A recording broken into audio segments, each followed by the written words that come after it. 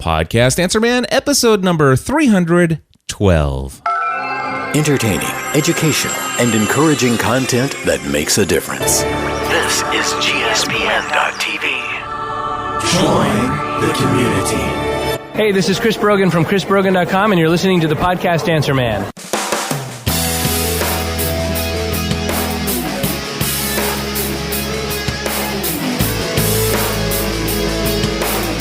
Well, hello everyone, and welcome back to another episode of the Podcast Answer Man. My name is Cliff Ravenscraft, and this, my friends, is the podcast about podcasting, helping you take your show to the next level. It doesn't matter if you're a brand new podcaster, if you have been podcasting for many years, or you haven't quite yet recorded that first episode. There's something we can all do to take everything we do to the next level. Oh, wow, my friends, that's right, taking things to the next level, and be honest with you, I'm not doing that this week. I have been so busy answering podcasting A to Z questions, but it has been so much fun, and I am actually in the final stretches of this course. My May through June 2013 podcasting A to Z session ends tomorrow on Friday, June 14th.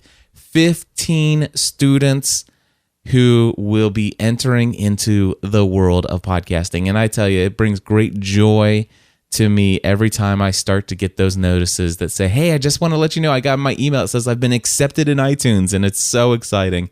And that's really what has taken a majority of my time, energy, and focus. And so today's show, I'm often asked, Cliff, how long does it take you to prepare for an episode of Podcast Answer Man? And I usually say somewhere between 1 to 3 hours. And it's usually content that I'm coming up with on my own.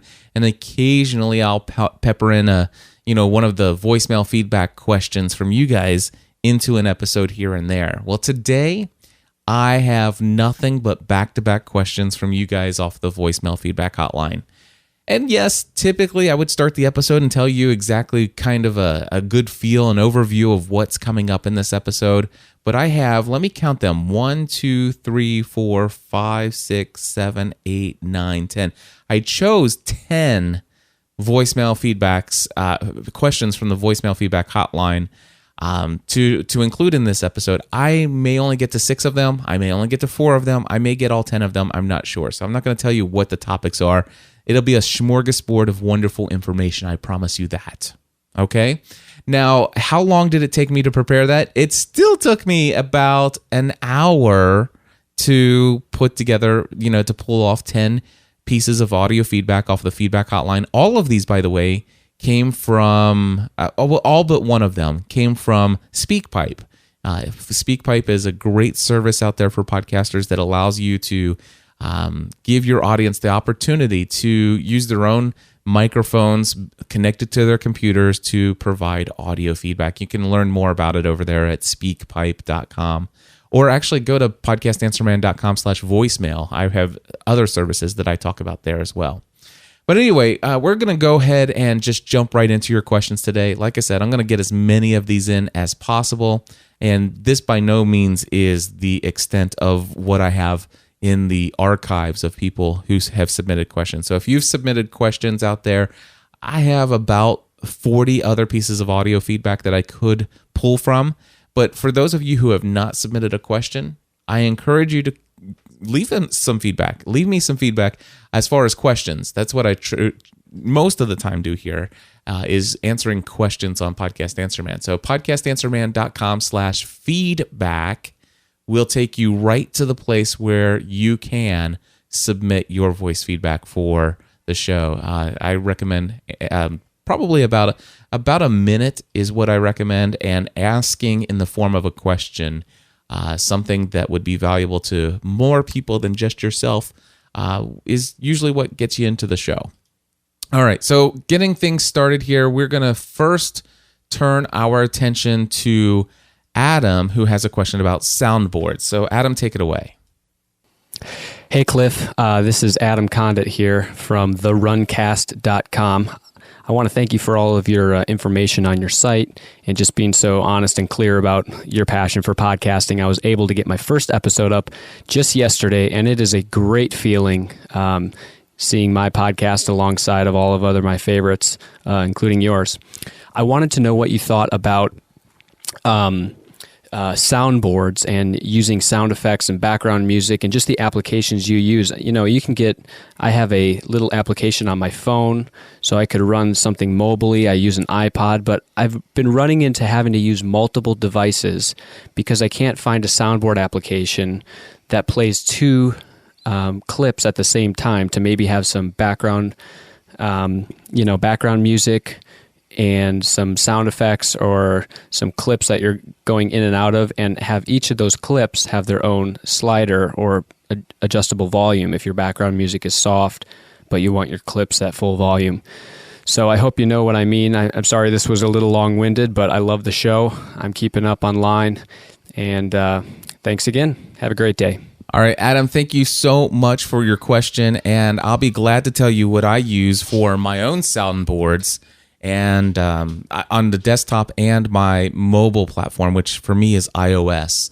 And it's from the same company. The company is called Black Cat Systems. And if there was an award that was given to on the web that has the ugliest website on earth or on the internet award, Black Cat Systems would get it. All you have to do to confirm that is just go to blackcatsystems.com. Seriously, go there, blackcatsystems.com.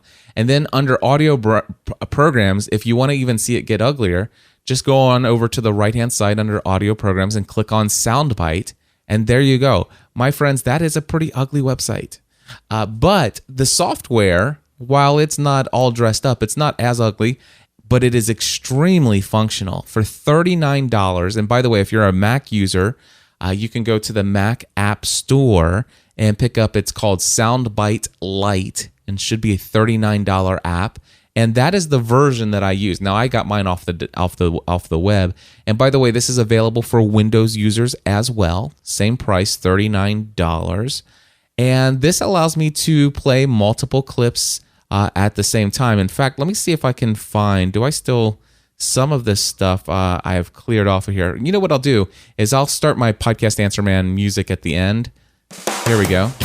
And I will show you, and I'm actually doing all of this in software. So the sound clips, the buttons, have a volume track for each thing. And so as you can hear, the music's playing in the background, and then I could play my good friend John Dumas, who says, "Hi everyone, this is John Lee Dumas from Entrepreneur on Fire.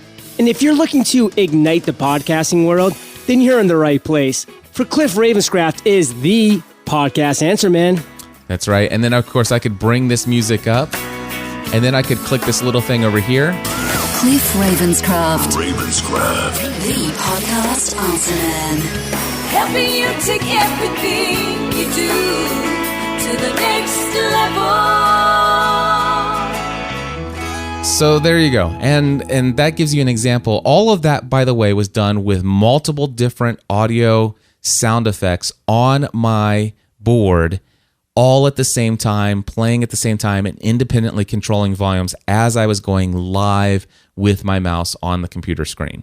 Now, so again, that's the Soundbite application. And the other application that I use, the one for the iPad and iPhone that I use, it is also from Black Cat Systems. It's also called Soundbite.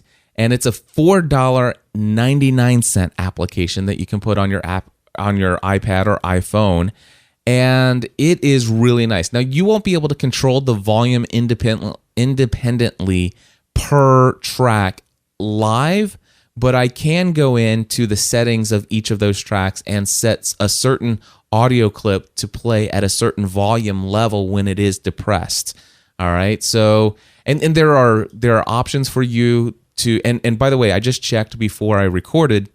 You can play multiple audio clips at the same time on the iOS application. It will play both of them. So I could have set the PAM or the Podcast Answer Man theme music to play at a low level, and then have the other audio clips play at a louder level over top of it. I just wouldn't be able to ramp up and down the other things. Now, I didn't look there. Let me just pull this up here. I wonder if there is an option for ducking audio behind audio clips on here. And let's see here.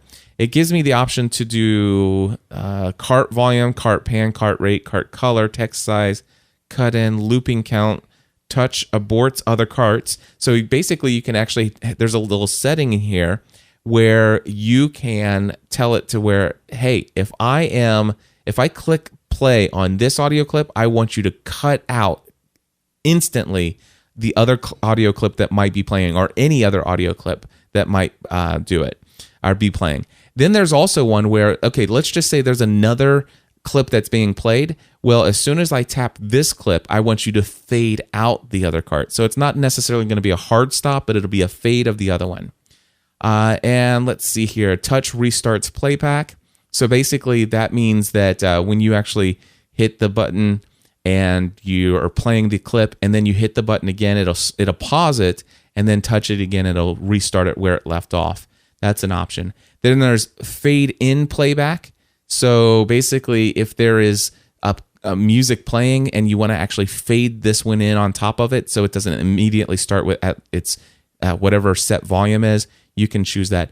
But it doesn't look to me like there is a ducking option for this particular audio program.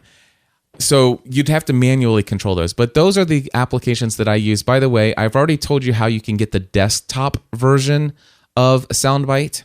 If you want the iOS version, go to gspn.tv/soundbite, all one word, and that's SOUNDBYTE.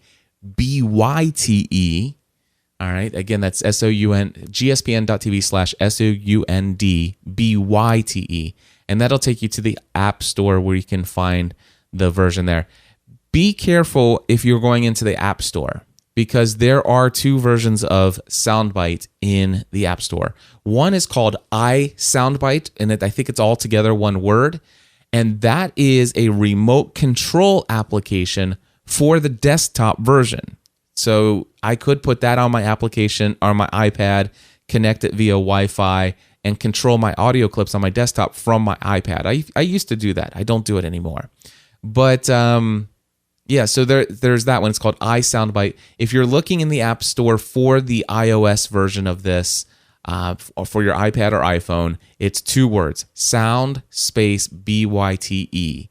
All right, and it should be $4.99, and it is a cool little application, and it's what I would recommend for most people if you are doing a lot of different things.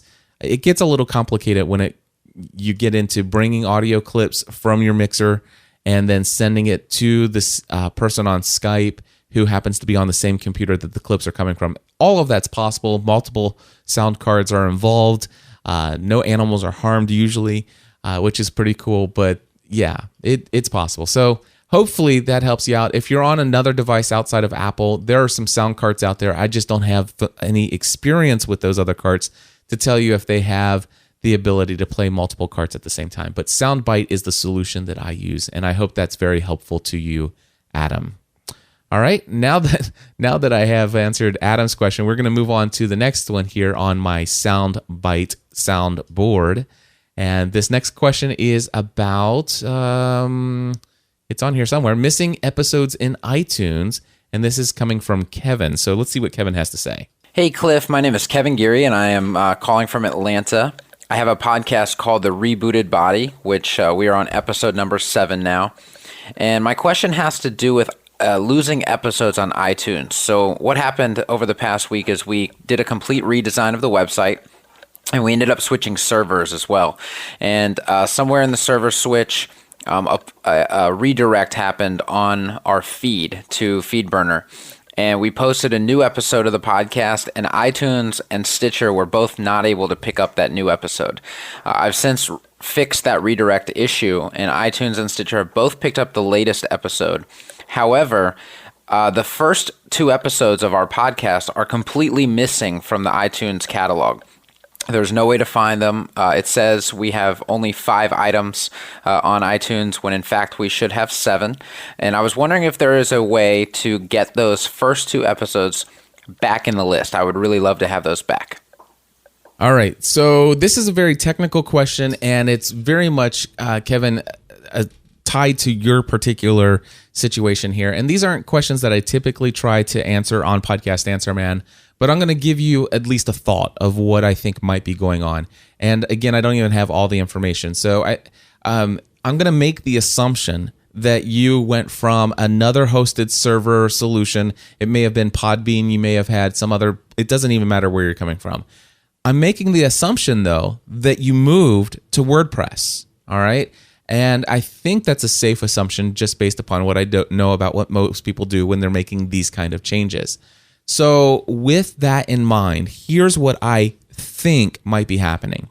Now, when you create a self-hosted WordPress site, by default, if you go into the settings in WordPress, under reading, there is a setting that is called show this number of items in the feed. In fact, I'm going to my WordPress dashboard right now just to confirm this. So I go to settings, I go to reading, and it says for each, let's see here, syndication feed shows the most recent, and then by default, it will say 10 items. And what you want to do is increase that probably. Now you're saying, you might be thinking, okay, well, wait a second. I don't even have 10 items, so this can't be my issue. I've got 7 podcast episodes and only 5 are showing up. So since there are only 7, if even with it being 10 items, it should be showing me all 10 items. So again, I have to make some assumptions here. But what I'm assuming is that you actually took the feed from your WordPress site, which might be, let's just say, mypodcast.com/feed. And my assumption is that you took the main feed from all categories, completely everything that's on your site, and you took that feed from WordPress and gave that to FeedBurner. Now, if that's the case, and I am assuming that it is, that means that you actually are bringing in blog posts and podcast episodes into your feed burner, which is for your podcast feed, which is not what you need to do. In fact, what I would recommend that you do is create a category in WordPress for podcasts. And then what happens is every time you have a podcast episode, make sure you give it the category podcast. Then you can actually go in and take mypodcast.com/category/podcast/feed. And that will be an RSS feed that has nothing but your podcast episodes. It won't have any blog posts or any other categories. It will only have podcast episodes. And my guess is that if you did mypodcast.com/category/podcast/feed, put that into FeedBurner, just without even changing anything in your settings, you instantly would see all 7 episodes of your podcast show up. Now, what's happening is my assumption, and again, I'm making lots of these because I don't have all the details, but my assumption is that you have a podcast episode, and then in between 2 episodes, in between that, you have, in between the most recent and the last podcast episode, you have a blog post or a video blog post or something, some other post on your site. And then you have another podcast, and then you go back into the archives. There's another blog post, then there's another podcast. And so there are 10 posts in your RSS feed, 5 of which are podcast episodes, 5 of which are blog posts. And that is why you are only seeing 5 episodes instead of 7 in your feed. So hopefully that helps. I know that's a little detailed, but that's why we get into some advanced training when it comes to these sorts of things with WordPress for podcasters, which is a product that's available, by the way, on my site at podcastanswerman.com/products.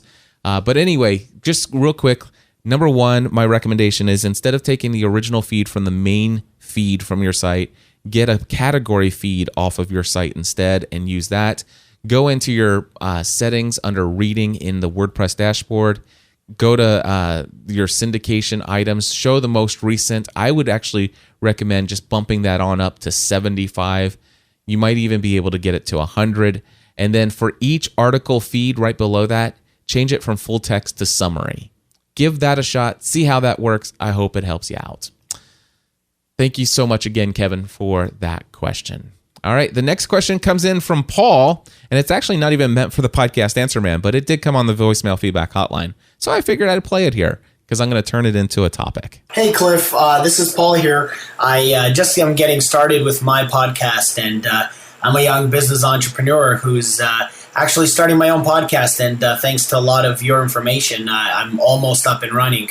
It's actually pretty cool, pretty neat. I got my introduction and everything. Anyway, don't want to take up much of your time. I know you're a busy guy. I was wondering if you do any advertisements, because I have a couple businesses that I would like to advertise to your viewers, perhaps banner ads or anything like that. If you can, please get back to me. My phone number is... Thank you very much, and have a wonderful day. Bye-bye. All right, Paul, thank you for the call. And I'm not going to be responding to you personally. It sounds to me like you do listen to Podcast Answer Man, but just for anybody who's interested, I don't typically do advertising or sponsorships for Podcast Answer Man. I certainly don't do banner ads. That's a no-brainer for me. I try to... My site gets cluttered up enough with my own stuff, and I need to still simplify and clean some of that stuff out. So no, I'm not going to do any banner ads unless there was lots of money involved. And even then, I would probably have to turn down most of those offers. I am in the process of working out a sponsorship deal on 2 podcasts, not Podcast Answer Man, but 2 other podcasts that I produce, or one that's currently being produced and one that is going to be in production relatively soon. And the reason why I would take that is because I have a relationship with the potential sponsor. And I've had sponsors in the past, and they've always come out of relationships. So without having a relationship with you, Paul, or anybody else that would be interested in advertising, the chances of me accepting you as an advertiser is very slim to almost non-existent.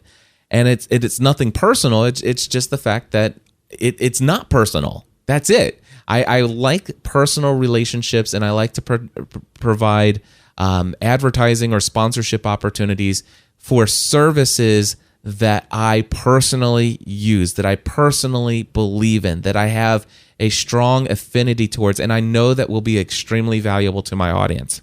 Now, for Podcast Answer Man, I want to tell you, I have somebody who has an extremely valuable service. It happens to be a very a very drastic competitor to Libsyn, Libsyn, Liberated Syndication. And, Libsyn is not a sponsor of Podcast Answer Man. They're not an advertiser for Podcast Answer Man. But I do have an affiliate relationship with them. And if you sign up at Libsyn for your media hosting using promo code GSPN, you will get 1 month off, and I will get some kind of commission in the back end of that. Down the road, I'll get a check from them every now and then, and that's very cool. But even before I had an affiliate relationship with Libsyn, in fact, the only reason I have an affiliate relationship with them was because of the number of people that I had sent their way. Probably in the high hundreds, if not more, well over 1,000 people that I've sent to Libsyn over the years. So, I have a great relationship with them. And the person who has this other competing service with Libsyn, I've talked to on the phone for an hour plus one time. It was a really great conversation. And by the way, it's not Blueberry. Okay, so if any of you are wondering, I have a really good relationship with Todd. Todd's not come to me and said, "Hey, Cliff, we want to talk to you." But anyway, this other person with this other service that, he's a great guy, and he definitely knows his stuff. He'd be willing to bend over backwards so many ways to change and stuff like that. And even then, I've just kind of put it off. He really wants to work out an arrangement where we might partner on things, or it might be a promo or whatever. The thing is I've just put it off just because, well, number one, my relationship isn't close enough yet with this individual that I feel completely confident that this is the right thing to do. And not that I have any kind of gut feeling that I shouldn't, but the relationship just isn't strong enough. And the one thing that's kind of unfair to this individual is the fact that I just don't have time right now to make that relationship stronger. I don't have, for me to feel confident about bringing on sponsorship and all this other stuff and these different things, I'd really need probably at least a good solid 2 to 3 months of regular ongoing interaction, talking, getting to know this person, getting to know some really intricate details about the back end and the future plans and all this, just stuff I unfortunately don't have time for. And so those are the kinds of things that I think about when it comes to advertisers and sponsors. And also for Podcast Answer Man, I'm so busy promoting my own products and services that I don't want to overwhelm my audience with lots of calls to actions beyond the ones that I'm already doing. I've already got, I have to sometimes choose, do I promote my Podcasting A to Z course in this session? Do I promote my Bluehost affiliate? Do I promote my podcast mastermind? Do I promote my next speaking? And sometimes I feel like I'm over promoting as it is. And I can hear some of you agreeing with me. I get it. Trust me, I feel it on my end. I hate to actually have to over promote, but at the same time, this is my business and I am promoting the products and services that I have. And one of the beauties of this podcast is that you guys get to know me. You get to know my feelings and passion for this topic. You hopefully come to understand how much I might know about it, the experience that I have, and it leads a lot of you to come to know, like, and trust me as an authority in the area of podcasting. That's why you continue to listen, and that's why those who have paid for a $2,000 Podcasting A to Z course, or who have purchased, some high-end equipment, or all the other things that you do, that's why you do them. And so I don't want to clutter it up with too much other advertising opportunities. Now, are there exceptions to this? Yes, but only when it comes to relationship. And that's the thing. It's a very difficult thing for folks at this time, for somebody like Paul or anybody else out there, to just jump right in, say, hey, I have a product or a service that I know is great. I think it'd be wonderful for all podcasters, and I'd like to advertise on your show. And so what I have to say is that, hey, if you have a product or a service that would be great for all kinds of podcasters, here's what I recommend. Get in touch with me via email. My email address is cliff@podcastanswerman.com. Get in touch with me via email and let me connect you to the business person at New Media Expo. And we can work out an arrangement where you can actually have a booth at the podcast or at the New Media Expo, which is the industry-leading podcast or industry-leading conference for the podcasting industry. So that really is probably the best place to connect you. And you don't have to have that personal relationship with me to do that. I can just forward you that information and make a personal introduction to our business manager for New Media Expo.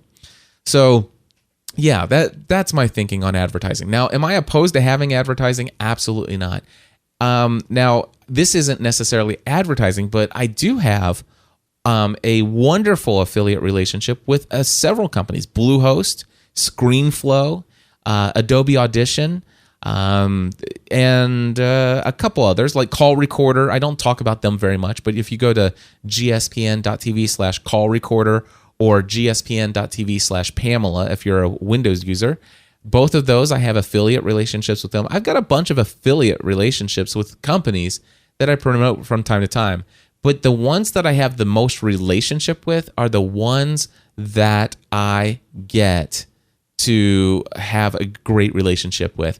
And there's none other that I have a better relationship with than the folks over at Music Radio Creative, Mike and Isabella Russell. And every now and then you'll hear me play a commercial in my podcast like this. Podcast Answer Man presents an exclusive audio branding package for podcasters, where voiceovers, audio producers, singers, and musicians bring together their knowledge and talent to you. Get a 1-hour web meeting with an audio branding specialist to discuss your podcast's exact audio needs. A professional intro and outro for your podcast. Plus, 3 jingles that you can use to transition between segments, introduce interviews, features, and more. The Podcast Answer Man audio branding package from just $449. Exclusively at podcastanswerman.com/audio. I love what they do. Mike and Isabella are amazing. I have many students going through my Podcasting A to Z course who are using them to create their audio branding package. And it's just a wonderful arrangement. And let me just tell you, that relationship didn't happen overnight. I interviewed Mike and Isabella Russell quite some time ago on Podcast Answer Man, and I'm going to look that up real quick and tell you which episode that was. It is episode number 294. So if you go to podcastanswerman.com/294, I encourage you to listen to that episode, Paul, and hear what they went through to actually establish a relationship with me. And it's not necessarily something I recommend, but it was how they did it. They reached out to me via email several times. I was very open to hearing what they had to say, but was just very busy. They flew all the way from the UK to Las Vegas for New Media Expo, met me there, and it was just like, wow, these people are so authentic, genuine, and awesome. And I've seen what they did. And when you hear what they did for me after the expo and what they sent to me, it will blow your mind. I mean, matter of fact, just go listen to that episode. I don't want to rehash the whole thing, but I think that was, what was it? podcastanswerman.com/294. All right. And by the way, I want to say something. They created this amazing, video thing and like music track to go with the video that I was having created. And I wasn't sure that I liked it at first. And, it just didn't sound right. And I have a hard time explaining it. But as time has gone on, I've actually got to the place where, you know what? I think I really do like this. You may end up seeing this at the end, this little video clip at the end of some of my longer productions for Podcast Answer Man, as far as when it comes to my video productions. And but anyway, let me just play for you the soundtrack that they played for this 34-second video. Here we go. I'm going to bring it up here right now. He's helped thousands of people launch successful podcasts. Inspiring podcasts that are having a positive impact on the lives of others around the world. Cliff Ravenscraft. The Podcast Answer Man. Helping you take everything you do to the next level. Okay, so I'll be honest with you. When I first heard that, I'm like, and it's it's not necessarily the work that they did. It was just was it right to actually try to use my original music? The Podcast Answer Man bumper music. Was it right to use that mix? It almost seemed like we were trying to force something to fit something when maybe actually coming up with new music might have been another option. And then eventually I ended up scrapping the whole idea and let's just put this on the back burner for right now. We've got so many other projects, and I know you guys have got other projects. And I thought, I might not ever really use it. And then the other day I pulled it out again. It's like, that doesn't sound too bad, especially when you get just to this little clip here. Cliff Ravenscraft. The Podcast Answer Man. Helping you take everything you do to the next level. And I'm thinking, okay, so maybe there's some way I might be able to find a way to use that. Now, at the end of my show, you know that I usually click this button here. And for 3.5 minutes, this music plays to end the show. And my thought was, wait a second, I wonder if they would be willing to take this long 3.5 minute theme song where I can continue to talk over top of it in the background, and then right at, let's just say the 3 minute, 5 second mark, that is when I know that I have to stop talking. And then right at the very end of the clip, as soon as I stop talking, it'll automatically end with something like, helping you take everything you do to the next level. So anyway, I've been thinking about that and working with them to see if we can't come up with some way to incorporate that into the end of our show. Of course, it's not going to happen for this episode And I don't know if it'll happen for the next episode, but it's just things that I work on. But I have a relationship with Mike and Isabella, and if you guys are interested, go over to podcastanswerman.com/audio. They are awesome. But that's how I feel about advertising. Just only when it makes a lot of sense. I'm really, really passionate about the work that the people are doing, that I use them myself, and all that good stuff. All right. Moving on, we have background noise issues with Jen, it sounds like. So let me pull that up here. And Jen, take it away. Hi, Cliff. This is Jen T. Grace from the Gay Business and Marketing Made Easy podcast at gaybusinessandmarketing.com. I'm calling today to ask you a question in regards to recording. I've been working on a project where I've been interviewing 30 guests for the month of June. And what I keep finding is that there may be some kind of background noise in the background during the interview. And is there a way that I can turn the volume down on my microphone that you can't hear the background noise coming in on my end? So today when I was doing an interview, there were birds chirping in the background, and it was almost a high-pitched squeak. And when I tried to lower the input volume on my microphone, now that I'm re-listening to the recording, I'm noticing that that sound is still there. If you could advise me on how I could go about doing that, that would be great. Thank you so much, Cliff. I love what you're doing. Keep on doing it. All right, Jen, I would love to tell you that just a manual gate on your end would do the trick. However, when it comes to birds chirping, those birds have a very high-pitched sound, and oftentimes the volume level of those birds chirping might actually trip the gate open. So I don't know that a gate would necessarily work for you.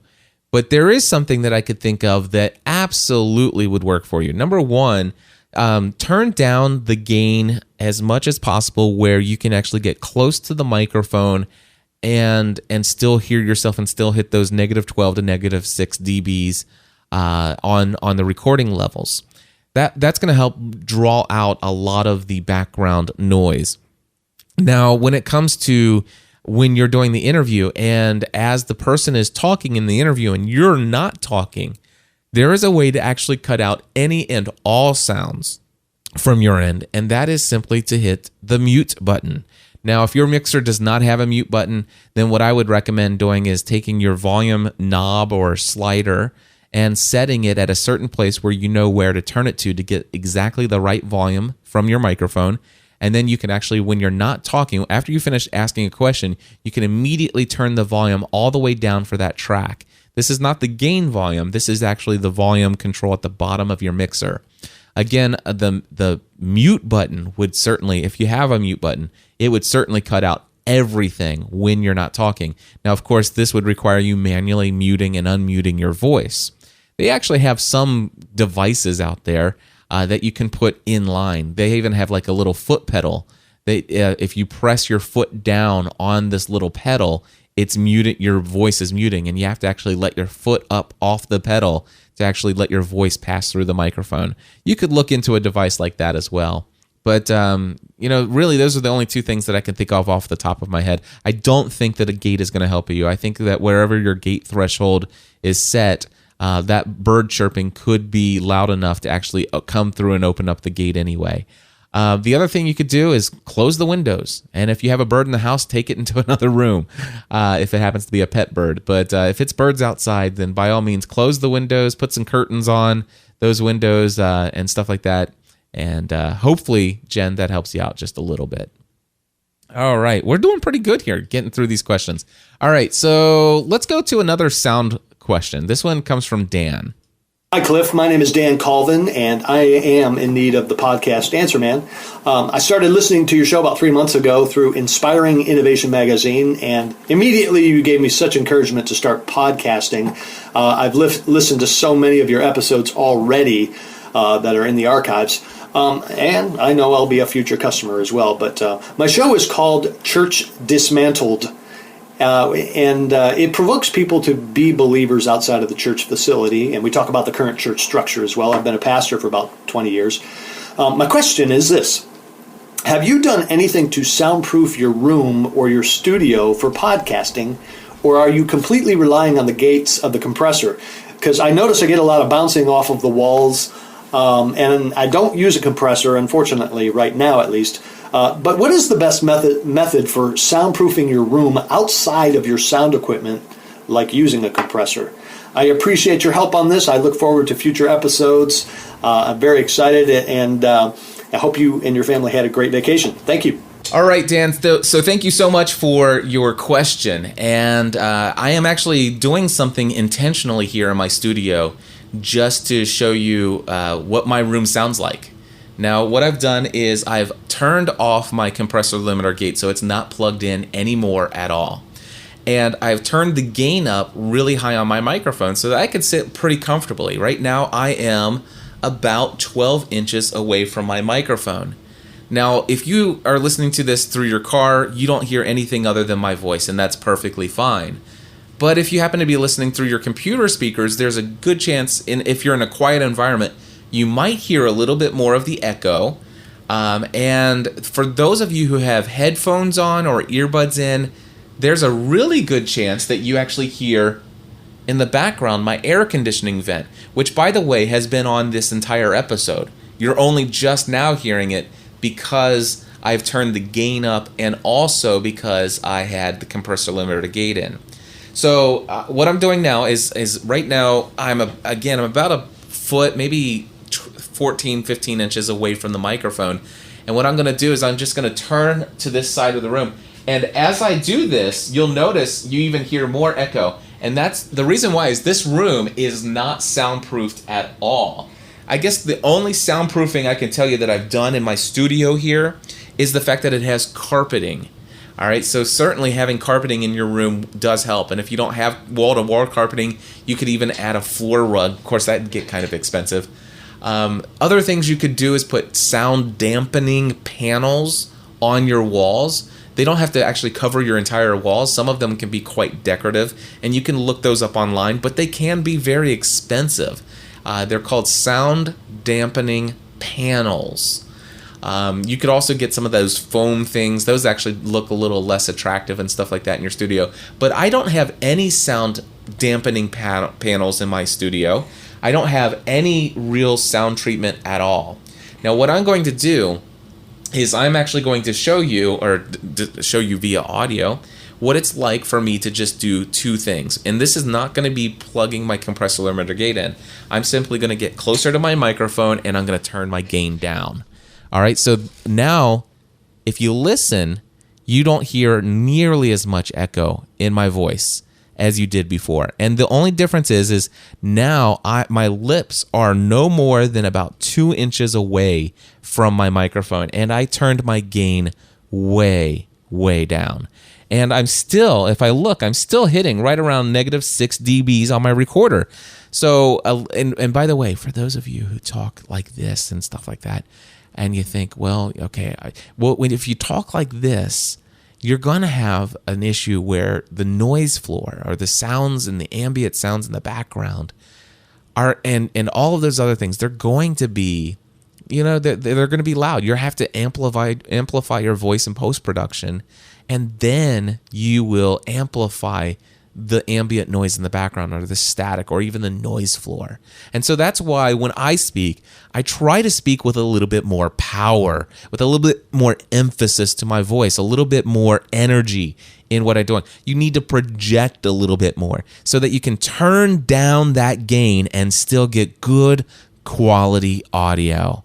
And it doesn't mean that you have to sound like me. I mean, I can still talk with my powerful projected voice and still talk like a normal person. So it doesn't mean that you have to actually talk like I normally talk in an episode, but there's a big difference between talking like this and talking like this. All right? So and by the way, now for those of you who are listening via computer speakers, there's a good chance you do not hear any of the air conditioning going on in the background. However, there are still, there's still little things. For example, when I inhale like that, you're still hearing those kind of things. And for that, and by the way, I'm going to turn my gain up just a little bit right there. And what I'm going to do now is I'm going to plug in my compressor limiter gate. And really, the only people who are in a quiet area with headphones or earbuds in are going to notice a big difference. There you go. It is dead silent right now when I'm not talking. There's not a single thing coming through. And yeah, I mean, now, is there still a little bit of echo in my voice? When you listen back to this in post, and after I listen back to this in post-production, do I hear a little bit of echo in my room? I do. I notice it. I'm an audio snob. I notice everything. Is it anything worth worrying about? Nope. Never once have I had anybody complain, gosh, Cliff, there's a lot of echo in your room. And the funny thing is on a scale of 1 to 10, I would never give myself a 10. I think on a scale of 1 to 10, the best I've ever done was like a 9.2, maybe a 9.5 in my own estimation. I usually hit around my audio levels, my audio quality for Podcast Answer Man on average is right around a 9. Now, those who listen to my show and sign up for my course and all these other things, on a scale of 1 to 10, almost all of them will tell you, gosh, Cliff, your show is a 10 every single week, and I want my show to sound exactly like yours.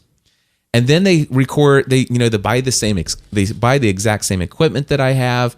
They record their sample episodes, and I listen to their show, and I'm listening to it. Some of them have just the most amazing. Let me just play for you some audio from a couple people. Now, I don't even know which ones of these sounds better than others, but here's Dr. Hans Finzel. Here, we'll do this. Let me get right into his episode here. I think the word to use is influence.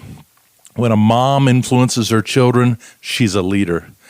When a scout troop master leads his Boy Scouts. That's Dr. Hans Finzel. He's an A to Z student right now. You can his is actually leadershipanswerman.com. He was also influenced by Hank Kandergraff, I believe. Let's see here. We'll go into Rieger Cortell. Practitioner is licensed to diagnose medical conditions, prescribe medicine, and treat illnesses.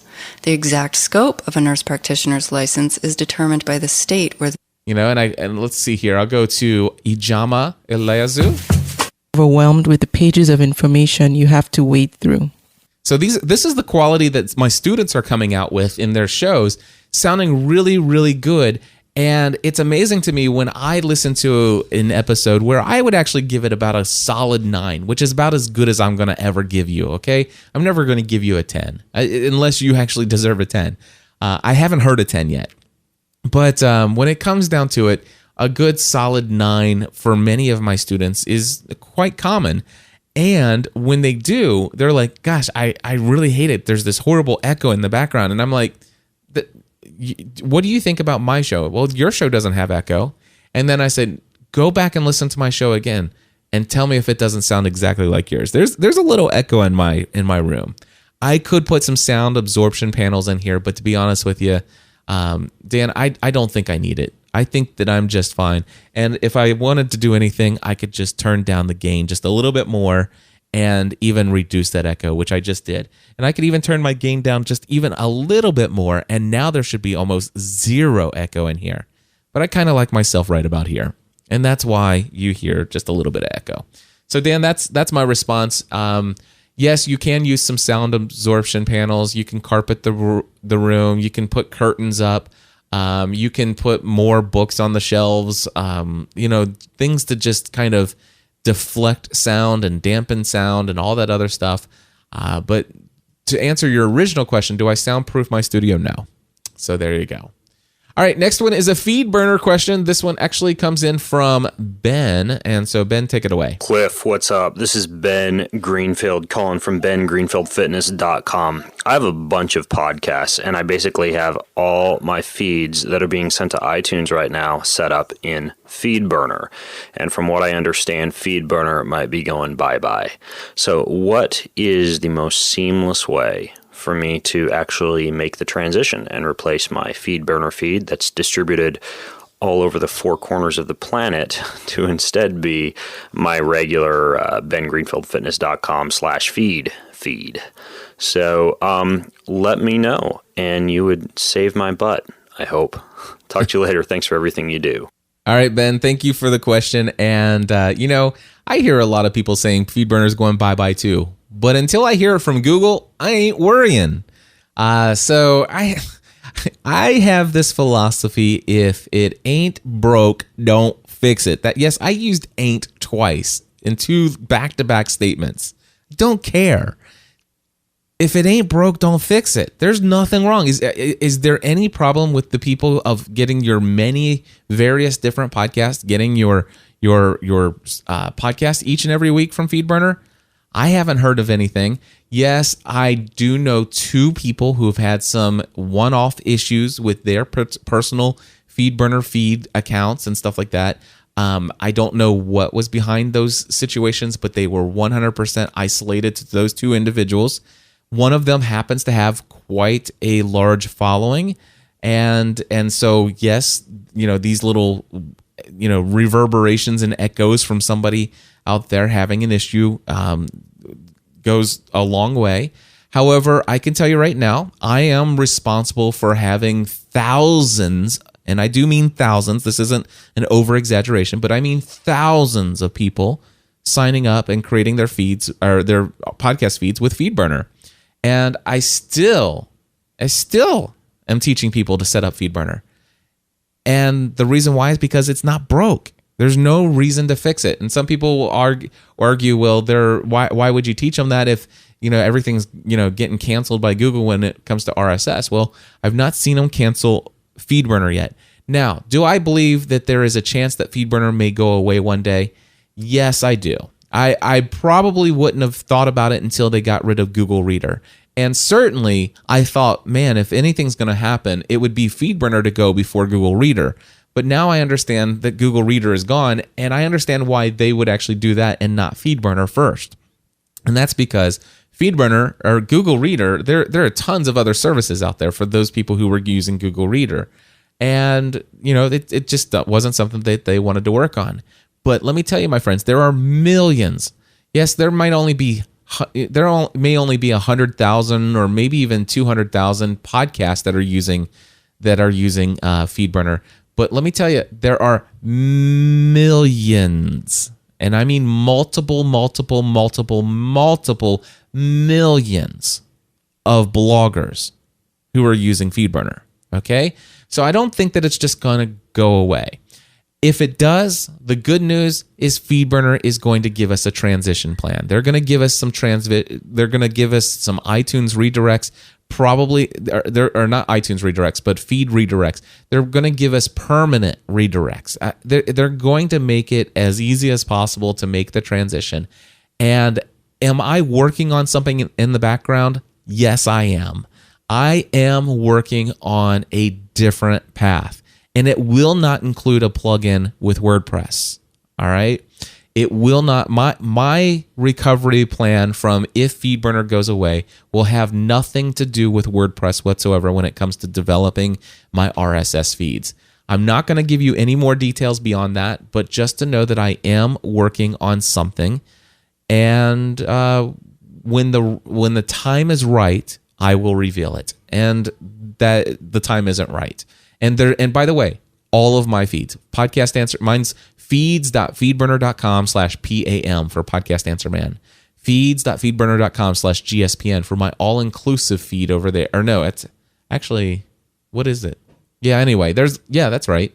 I think. Anyway, I have 30 FeedBurner feeds for podcasts, and every single one of them still serve all of my files perfectly well, as do the FeedBurner feeds for thousands of other people that I've helped launch a podcast. So my thought is, until you get an official word from Google that they are shutting down FeedBurner, ignore all those other people that tell you it's going away, because we're going to get a minimum of 3 months, probably at least 6 months of notice.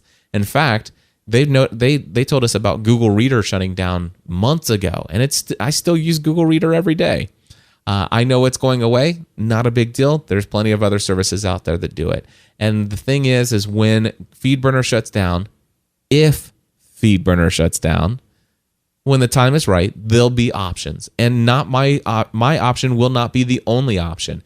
There will be transition plans in place from not just Google for doing a feed redirect, but there'll be other people like myself and other podcast consultants out there that will have a myriad of information out there for how to move your feed, how to transition things over if that time or when that time should come. And so my big thing, don't worry about it. It ain't going bye-bye anytime soon. If it ain't broke, don't fix it. That's my thoughts. All right, moving on to Andy, who has a question about podcast protected feeds. Hi, Cliff. Andy Dolph calling from Holistic Business Radio, the podcast of the Love and Money Revolution.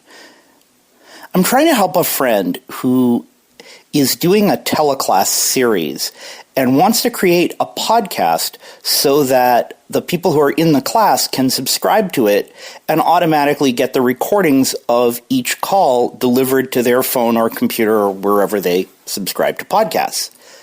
The catch is we need to password protect it so that it's only available to the people who are in the class. We don't need a lot of security, just a simple password.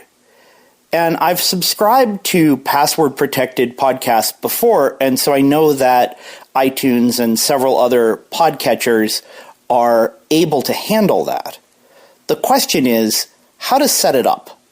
I'm wondering if you have a suggestion for a quick and easy and hopefully inexpensive way to do that. Thanks very much.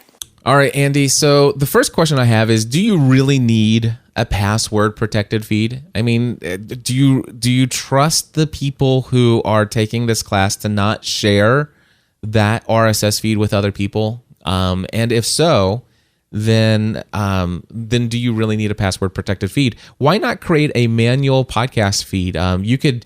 There are services out there that would allow you to do this. You can actually hand code your own with a text document. But there are certainly other, you could get like Feeds for All, which is an ugly program. But you could go to feedsforall.com. There's podcastmaker.com. Or, well, I don't know if it's podcastmaker.com, but Podcast Maker software. There are other software solutions out there that will allow you to build an RSS feed that doesn't necessarily run off of WordPress and all of those other things.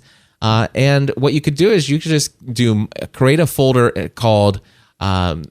create a folder on your website or your web host that is feeds, and then create a folder inside of that folder called ABCDEFG, and inside of that folder is podcast.xml, and that's where you would put the file. And so basically it'd be mydomain.com/feed/abcdefg/podcast.xml. Now the thing is Google, as long as nobody's linking to that, Google's not going to index that podcast feed. As long as you don't put it in iTunes, iTunes isn't going to show people where that feed is. It's not going to show up in any of the directories, and it's not going to show up anywhere. And then what you could do is you could just have people click on a link or type that a feed address in manually into whatever podcast catching software that they want, and they can just type in, http://mywebsite.com, which is your website, /feeds/abcdefg/podcast.xml. And then boom, they're automatically subscribed to your feed. Now, if you're afraid that they might take that address and share it with other people, well, my friend, what's going to keep them from sharing their password with other people along with the feed? So that's my kind of thinking on that. Now, if you want a solution out there, I've not used it myself, but I've heard people say some good things about it. Nanacast. NANACAST.com. I have no relationship with them at all. Know nothing about how their service works, but I just have heard a couple people say that they've used them and that that some people are very happy with it. So again, you can check out nanacast.com, and they kind of do a little bit more of a robust situation. One other low-cost solution for you is that you could put WordPress, a WordPress installation into a directory, and then use your htaccess to password protect that entire directory. So if somebody goes in and tries to pull up your website off of that or that WordPress site, it'll immediately, instead of showing them the site, it'll ask for a password because you've put htaccess password protection in there. And then once they type in the password, sure, they can browse the site, no problem at all. Yeah, well, guess what? Any RSS feed that comes off of that WordPress website is also going to be password protected through that htaccess. And so when people go to put their feed, so it's, www.mypasswordprotectedsite.com/feed, if you give them that, if as long as the directory is password protected, when they take that yourdomain-.com/feed and put that into their podcast catcher, it's also going to ask them for username and passwords. Now, I did a variation of this when I did gspn.tv plus membership, where every member had their own username and password. That gets a little bit more complicated. Not something I'm interested in even talking about because, to be honest with you, I think podcast feeds, I kind of like them being free. But anyway, hopefully that gives you some thoughts to think about. And with that, my friends, it's already over 1 hour, and I don't like it when my shows are over 1 hour, so I'm going to wrap things up. I still had, let's see here, 1, 2, 3 pieces of feedback off of the feedback hotline. Maybe next week I'll do another feedback show, clear out some more of those things before I leave on my 2-week vacation with my family, which I am so looking forward to. But hey, my friends, if you have not yet launched your first episode, your first podcast, and you've been thinking about it, right now, my friends, is the time you want to sign up for my July Podcasting A to Z course. It starts on July 22nd. It will run for 4 full weeks. And by the end of that 4 weeks, you will have a podcast if you devote yourself to it. And I would love to be there for you every step of the way. If you have not heard about my Podcasting A to Z course, I encourage you to go over to podcastinga2z.com. Again, that's podcastinga2z.com. So much information about that course there. And I promised you this. I under-promise and over-deliver. So I had somebody once ask me, do you really go through all of this? Do you really offer all of this? That can't be true. Well, I'm telling you, my friends, that I'm a type of person who always likes to under-promise and over-deliver. So check it out, podcastinga2z.com. If you use promo code or the discount code EARLY500, you can save $500 off, but that's only if you sign up before the end of June.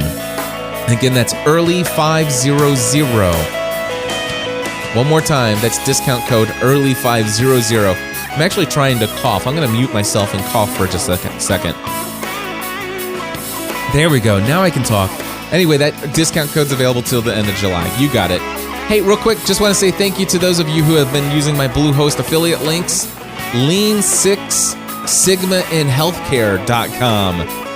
That is a site that was created using my affiliate link with Bluehost, and also PodFreak.com.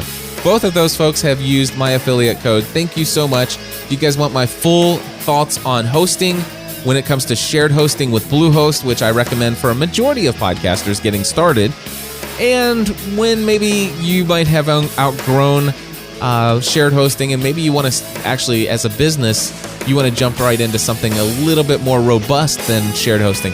All of those thoughts are over at podcastanswerman.com/hosting. That's going to wrap it up, my friends. Thank you for everything. And I know that this is going to sound super, super cheesy, but I'm going to try this. I'm going to see if I can actually manually do this. And I'll have my friends at Music Radio Creative help me fix this in future episodes. Helping you take everything you do